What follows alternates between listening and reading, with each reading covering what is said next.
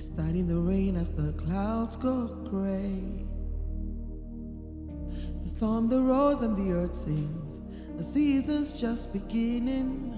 The sunlight it hides as the clouds make way for the pouring of my blessings. I will not be afraid. I see it now, I understand, I know. So I embrace it, dance. Once again it's time for me to grow. For every tear and every prayer I've sown, the Lord of the harvest knows. I'm reaping back 100-fold. The land is green, it's green, oh, oh. The land is green, it's green, can't you see? The harvest is ready, 'cause the Lord of the harvest told me so. It's green for me. Standing alone can be heavy load, but my vows I won't be breaking. Though my heart is aching, I got a word and I won't let go. It's your will I'm seeking, so I keep on believing. I see it now, I understand, I know. So I embrace it, dance. Once again it's time for me to grow. For every tear and every prayer I've sown, the Lord of the harvest knows. I'm reaping joy 100-fold. The land is green, it's green, oh, oh. The land is green, it's green, can't you see? The harvest is ready, 'cause the Lord of the harvest told me so. It's green for me. It's green for me. I'm going to tell the story of this song. You know, every once in a while, I get messages on social media. T.Y. Bello, that song is a lie. The land is red. The land is not green. T.Y. Bello, which land is which green? And it's also incredible that when I go to the market, you know, and people remember the song, they'll say, oh, that's the woman that sang that song. Let it rain. Oh, let it rain. It's like every single person has their own interpretation of what I was saying on the song, and I have never heard an interpretation that was wrong. But what people don't realize is that I did not write the song from a happy place. I didn't even write it from a place of certainty in faith when everything was going well. I wrote it on one of the darkest days of my life. So you see, I had just gotten married and I went for this. Wow, just thinking of it, it's just surreal. I went for a residency with the South London Gallery and I was gone for about 6 months. And before I left, I had started this small little portrait business, and I just thought I'd like to make photos of women and of families, and I want them to be like makeovers, and I had shared the idea with a few friends of mine, and I was going to go in full on as soon as I got back from England. So I remember one day I was on the tube, and then on the train on that day, one of the people I had spoken to was like, "TY, please don't go back to Nigeria. That's your business idea for photography. It can never work. In fact, cannot work again." That some really wealthy people had brought in some Oyegoke photographers, and they've stolen all the clients. That there are no clients in Lagos again, so don't bother going back to Lagos. So of course I came back to Lagos and I refused to pay attention to what she was saying. But then the first call that I got was from one of my clients, who was my client, and she was like, "Oh, there's this beautiful studio. I think you should go and work there." And if you're an entrepreneur and you have an idea, you know that sometimes that can be very heartbreaking. So I said, "Okay, God, so maybe I'm not ready.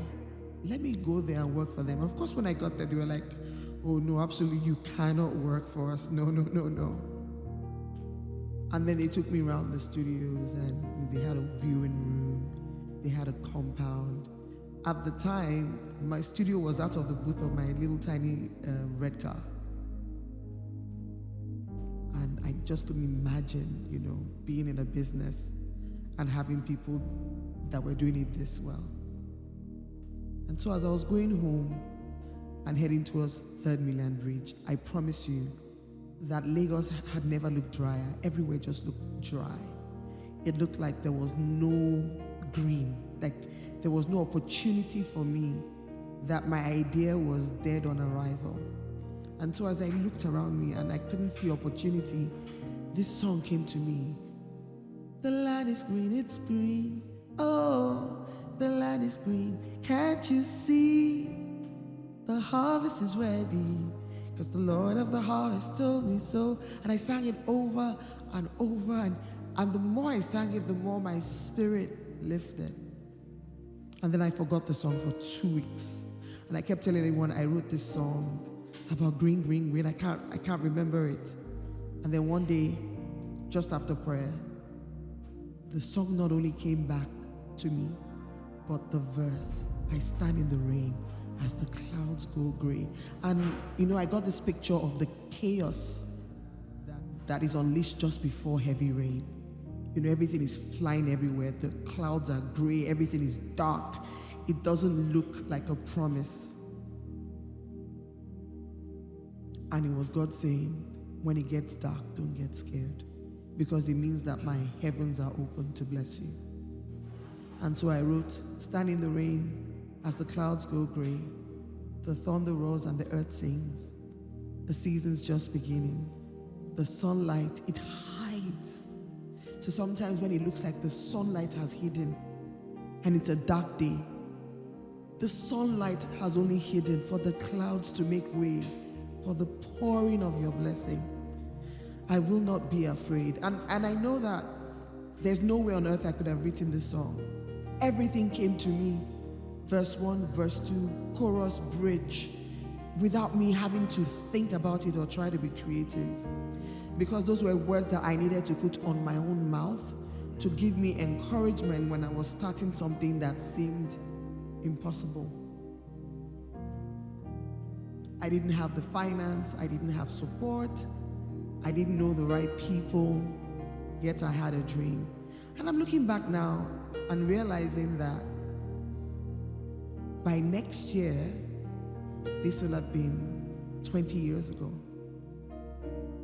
And the truth is that I still maintain that the land is green. Not because I have it easy or because I have it, flawless and effortless, but that God is the God of the harvest. And so when I sow in prayer, I must reap in answers.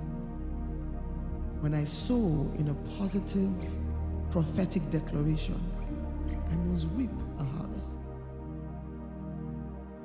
When I sow in tears, I must reap in joy.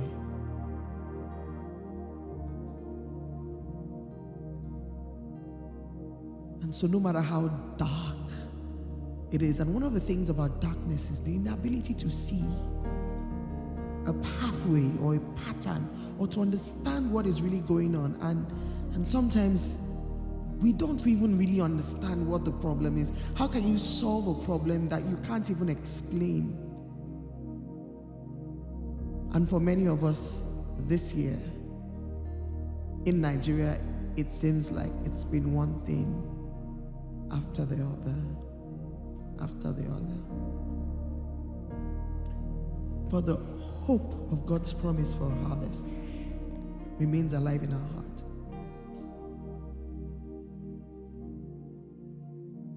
That God will always remain the God of the harvest. And because He's the God of the harvest, He will cause the rain to come, and the land is green.